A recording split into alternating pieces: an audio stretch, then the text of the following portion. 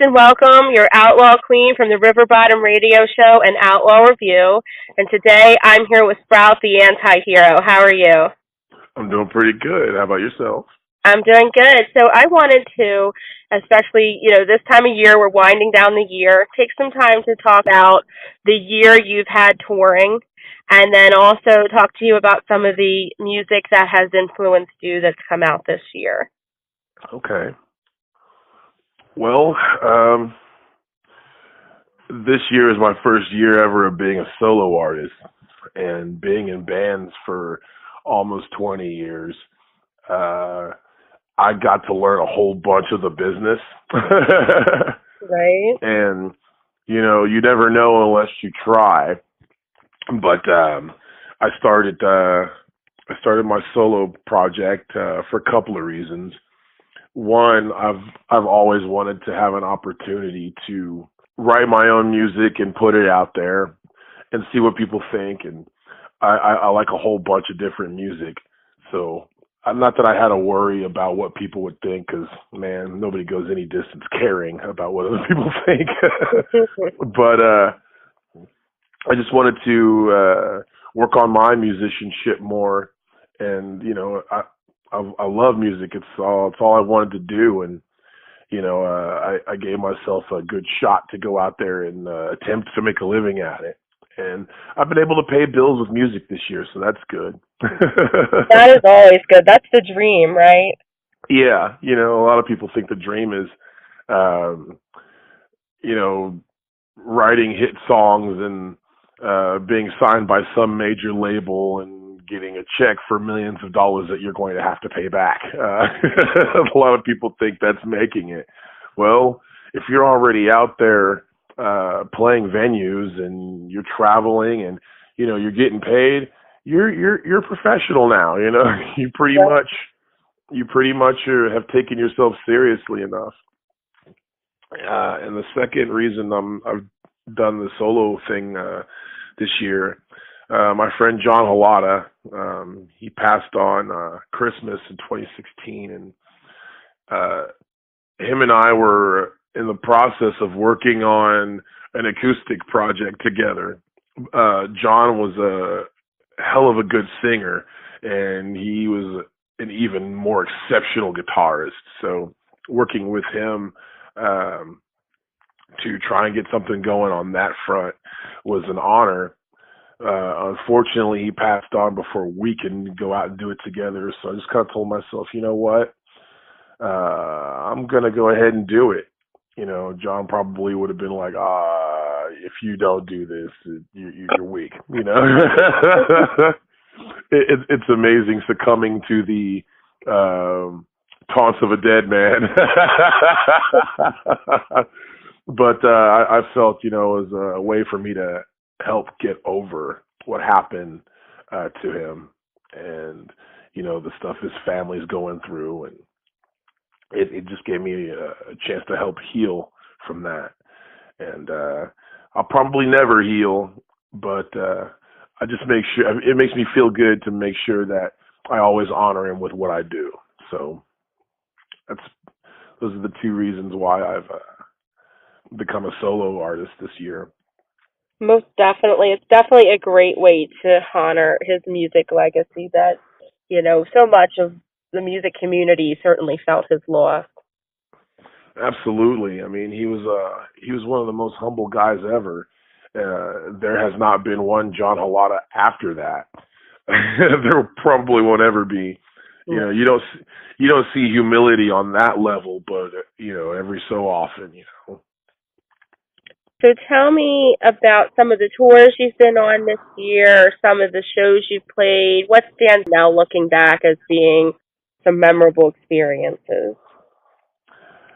It's funny because my first show was on Black Friday of 2017, and I told myself, if this works out, then I'm gonna put a whole lot more into it. I had already spent a few $1,000s preparing for what I needed to prepare for, because being a musician, just like any other profession, it's not cheap, and I made sure I did my due diligence on what I was going to be doing. But Uh, the first part of your question was, What uh, stands out to you? What's been memorable? Places you've been, people you've interacted with? okay, so this year, I went on a tour called Booze, Bars, and Guitars with my good friend Dusty Grant. He's also another solo artist, and he's doing some pretty good things, some big things here. And we did a lot of traveling and playing shows together. So it was an interesting situation to be on the road with him, and we went through we were on the road for a week, and we were accompanied by Trent from Thunder Underground, who does a podcast here with his friend Jason here in Tulsa, and we did 6 shows in 7 days. We drove all the way from Omaha, Nebraska, to as far south as Fort Worth, and the shows were memorable. You never know what you got going on until you get to the venue. Some shows were like, had decent crowds, but other shows had great crowds. We played this bike rally on the last day of our tour in Tonganoxie, Kansas, and Dusty and Trent and we were out there hanging out. It was hot, really hot that day, but it wasn't so bad because there was a breeze blowing, and there's this car parked into the driveway where the musicians and artists park. And so maybe like 6 or 7 times, somebody went on the microphone and said, "Hey, can you please move your car?" And then I just said, "You know what? I'll move it." And the guy, and Dusty kind of looks at me, and Trent looks at me and like, "Yeah, I'll move that car. I don't care. I'm tired of this guy talking on the microphone about this car." So I go walking toward the car, and about 4 seconds later, I look behind me, and there's all these big dudes I hadn't seen there like for all day long. Like, where are these muscle bound guys come from? And we're all moving this car like 25 feet away from its normal spot. It was hilarious. And I'm not sure who owned the car, but I'm pretty sure they were pissed when they got back and found out that Oh, wow. their alignment was messed up. Right. My goodness. Yeah, it was fun. Dusty and I helped move a car. Interesting time. We played at this place in Denton, Texas called J&J Pizza, I believe. And we played with maybe one or two other artists. Dusty and I did that night. But the place we were playing is a pizza place. The upstairs part was a restaurant, but downstairs was like this brick dungeon. Oh, wow. It looked like a dungeon. And so we did this like Blair Witch promotional spoof. I stood in this dark corner of this hallway while he had the camera on him, and he gets hit upside the head. He falls down. It was great. But just one of my favorite parts of touring this year was the peacefulness of it. I've had plenty of great tours before. I toured in many bands. But this year as a solo artist, touring was probably a lot more stress free, simply because, I was with people who enjoyed what they were doing. It was really nice to see other artists like myself out there and doing what they do and just putting it out there. That's all anybody could ever hope for when they're going to see somebody, or, they're looking forward to a good show. And one of the things that amazed me the most about touring this year was the support, because everywhere I go, I knew somebody, and, they brought strangers, and I got to be friends with these strangers, and it's being a part of all that this year, and the fellowship was just outstanding. I think that's definitely a great part of it. You go to different shows in different states, different places, and you always get to meet new people. And, then those tend to grow, and that's kind of how I got into this business myself, actually, is from the people that I met. Of course. I mean, when you're out there, you never know who you're going to come across. And so the best thing to do is just shake everybody's hand, and every place that I've went to this year is very welcoming. I played 62 shows this year, and not one of them did I feel wasn't a good one. you know, it doesn't matter how many people are there. Do you enjoy what you're doing as an artist on stage? And do you appreciate the opportunity to go to these different places and, you know, share what you do with people? You know, that's why I do what I do. You know, I guess I'm kind of a dreamer in the sense that, you know, maybe there's different ways that we can help bring people together. You know, I've always loved being somebody that took the stage that had togetherness in mind. You know, there's all kinds of stuff going on these days in the world to separate people, but it's always cool to see folks come out and forget about what they're going through for at least 45 minutes to an hour and all the crap they got to deal with and the family drama, the stress at work. At least you can come to a Sprout the Anti-Hero show, get some good jokes, hear some good music, and, you know, make some friends, man. Make yourself feel like you belong. Because at my shows, no matter who you are, you do belong, you know. Definitely. And that, I think, is the strongest thing about music, is that with all the things in society that, like you said, can tear us apart, music has the strength to unify. Absolutely. So, You know, who have you been listening to this year? Who's been on your musical radar? I've been listening to a lot of newer music these days. I'm probably going to drop some names that most heavy metal and rock fans probably wouldn't even know. um, I've I've been I've been exposed to all kinds of music in my life, and I determined this year that my biggest problem was that I like too much music, that I'm inspired by too much music. But I kind of turned that I turned that thought into something more creative. I've been able to expand on things such as um, sounds. I've been messing around with R&B and hip hop sounds, and um, some of these things that I've been learning, some of these things I've been doing, I'm going to carry with me moving forward. But I've been listening to a lot of this guy named Bazzi. He's a good kid, man. Good stuff. I love R&B and B and soul music. Uh, I've been listening to a lot of this guy named Anderson Paak. You spell his last name Paak. Anderson Paak. He's really, really good. I'm still a big jazz nut, so I've been waiting for the Hiatus Coyote record to come out. Hiatus Coyote is a jazz, funk, and soul group from Australia, and they're really, really good. Wow, I'll have Um, to check that out. I still I still listen to a lot of metal and hip hop.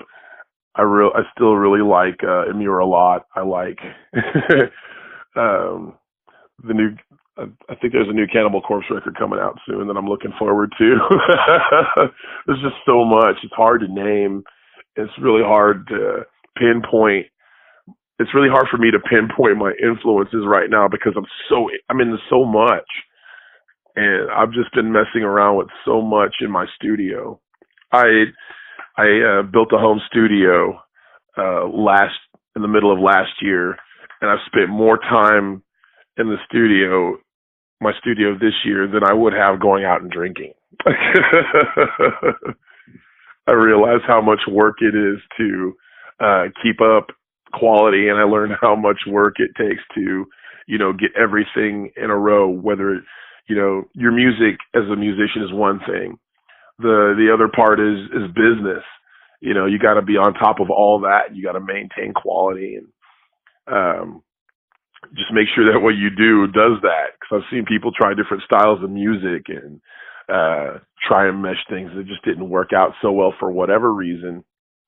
But I believe that I'm really in tune to what my fans like out of me and what I do, and it just so happens to be the same things I love to do. So it's not something I have to change for my audience, you know. Right, most definitely. So, with everything that you've done this year, what's coming up for 2019? 2019, I'm going to be starting my own record label, and it's called Sprouticus Records.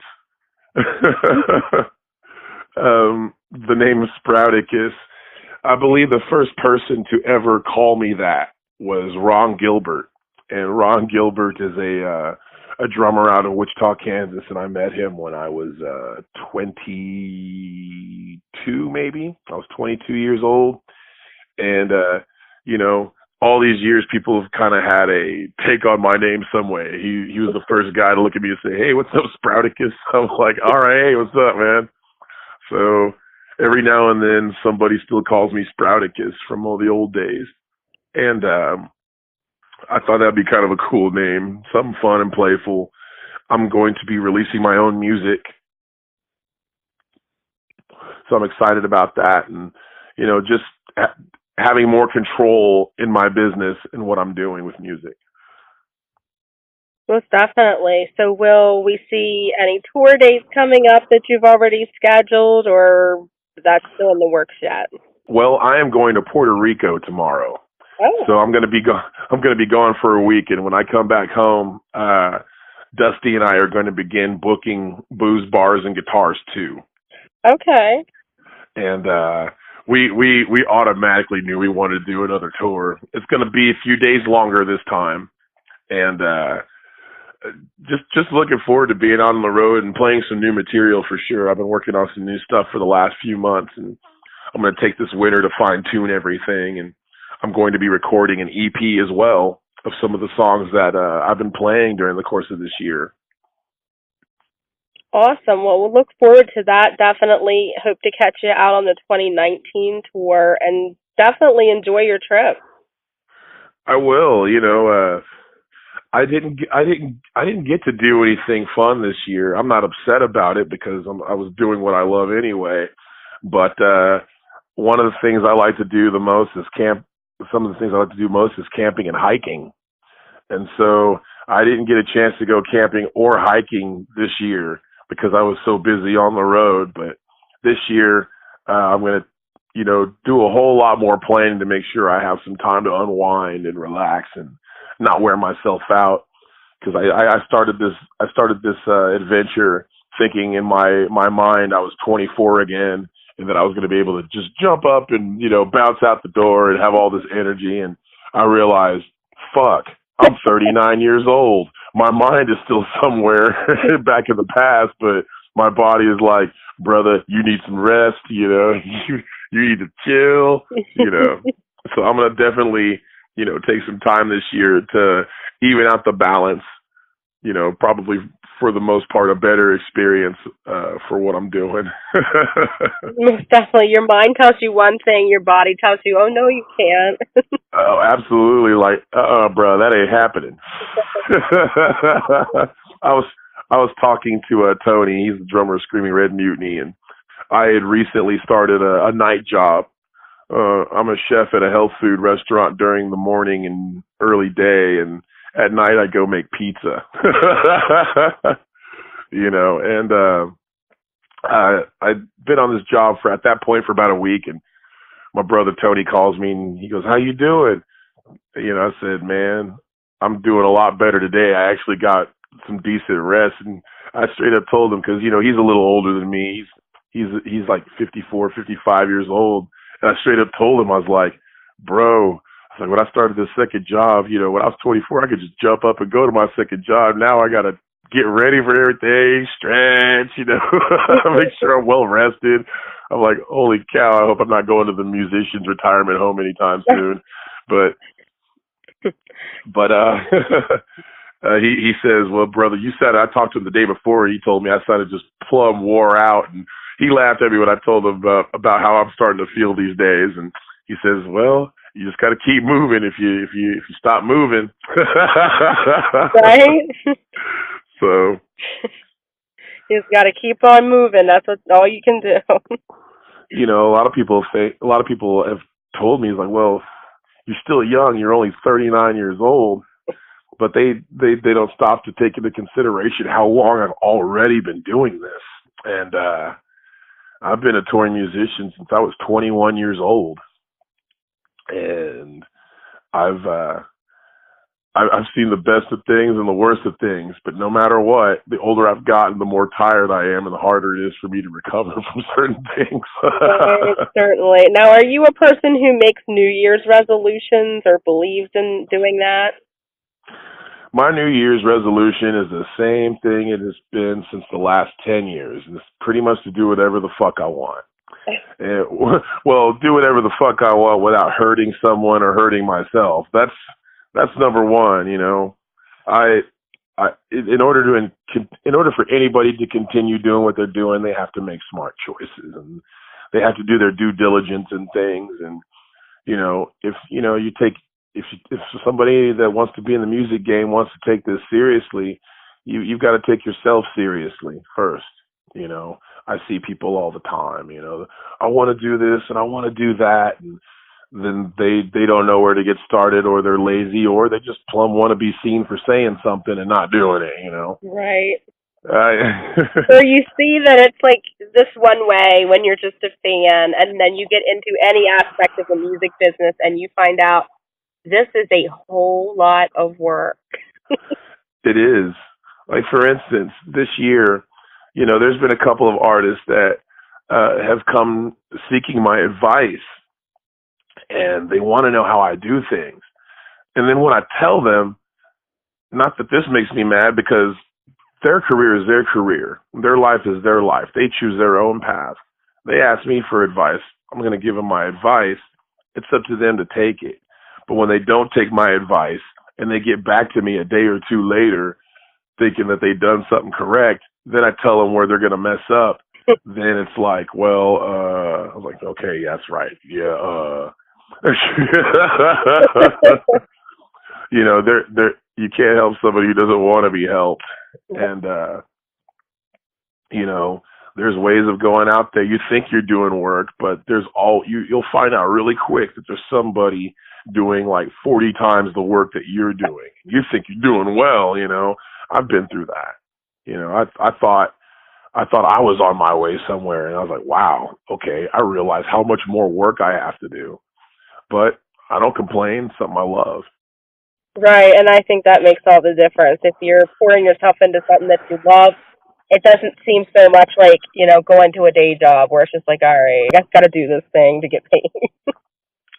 Absolutely, you know. I thought to myself a couple of times, like, am I, you know, this is in the past, you know, almost 20 years, like, am I cut out for this? You know, so I'm glad I had elders where I'm from in the scene. I have veterans in my scene. I had talented musicians who have been in music all their lives, and quite a few of them have been on tours and been on the road and signed to labels and things like that. You know, it really helps to holler at them. You know, I always show my elders from my scene in Wichita, Kansas, respect. And I always, when I'm stuck on something, I always go to somebody who's been there longer. I always go to somebody who's been there before. What do I do? What's the best way for me to handle certain situations? And I'm glad these people, you know, see enough in me to offer me their assistance. And, you know, they offer me their what's the word I'm looking for? They offer me their help and Right. Guidance, I would think. absolute guidance is the word, guidance. No matter how old you are, you're going to need guidance at some point, especially if you feel stuck somewhere. And I'm just glad I've got a good support system of those people. Most definitely. So, any final thoughts about the year you've had in music, or anything that we should be looking forward to? Yes. Look forward to my solo EP coming out here just before the Booze, Bars, and Guitars tour. I'm going to be spending the next 3 or 4 months recording music and recording demos for this record. And I plan on playing just as many shows, if not a whole lot more. I plan on hitting Colorado this year, plan on hitting more of Missouri this year. Just extending what I've done already this year. You know, it's one thing to be like, look back at your year and think that it was great, but it's also a humbling experience to realize that you got to keep this going. Most So I'm definitely. I'm excited to keep things going, and I'm also excited to keep working with friends and family. I'm a part of this group called ICT Unplug, and ICT is the airport code for Wichita, Kansas. And not every artist on ICT Unplugged is from Wichita. We got a band from Salina, Kansas, as well. While I'm from Wichita, I live in Tulsa, and they still find it awesome and cool that I'm a part of this, and I find it awesome to be a part of ICT Unplugged with such an incredible group of musicians. There's a band that you guys need to look out for called Rise Again. Uh, they're really, really great. And of course, Dusty Grant. And there's another group, like I mentioned before, out of Salina, Kansas, called Fret Highway. And the last artist on this thing is his name is Sloan Moon. Really good guitar player, really great singer. He's got this kind of retro sounding voice to him, very mesmerizing. But I'm working with a really good group of musicians, and we all network and play shows together. So we're going to keep that up and see where that goes. It's been a really successful year with that. Um, I I plan on finishing out the work with my label that I'm on, signed to Mugen Music. They've been a really, really big help. Ryan and Kelly and all them, they've went way and beyond to help me out and help my career with Screaming Red Mutiny and my solo stuff. And you just got to give credit where credit is due. If people help you need to say so. And Absolutely. these are the two groups that this year that have encouraged me the most. These are the two groups and businesses that have nurtured me the most, and I'll always respect them for that. And I for sure have made lifelong friends through this. I've been friends with the ICT Unplugged guys for a long time anyway. But always give your people credit. Most definitely. We're definitely big on that with both Outlaw Review and the River Bottom Radio Show. We always have a thank you segment every time to talk about who's been supporting us and who's been helping us. Right. So it was a great chance to catch up with you today. It's been a great chance to hear the things that you've been doing over the year, and we look forward to certainly checking out some of those artists and to your upcoming shows.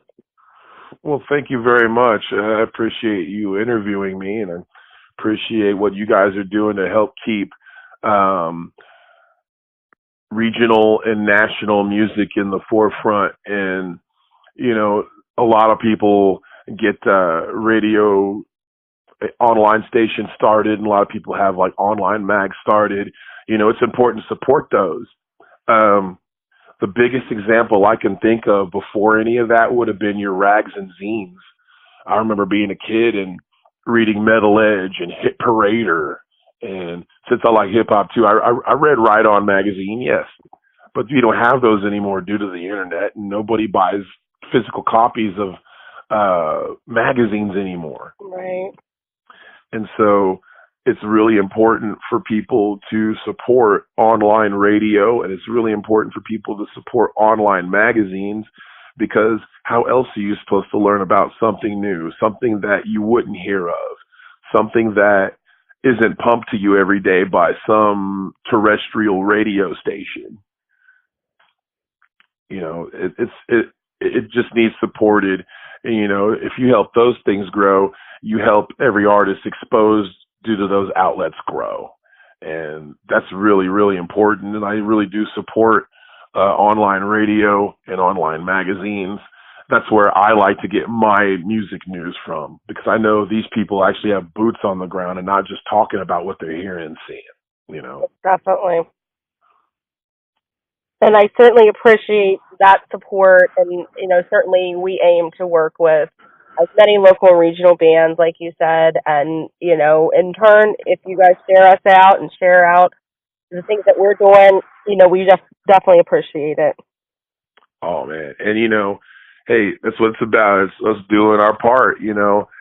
Uh, Imagine what things can be when everybody has that same passion. It's impossible, but just imagine. Right. Just imagine. I mean, things will be so great, and people have a chance. Regular people have a chance to shine with what they love and show people their passion through what they do. So I really enjoy all of that. Absolutely. Well, here's to 2019 and be able to do that so much more. Cheers. Here's to a sucker free 2019.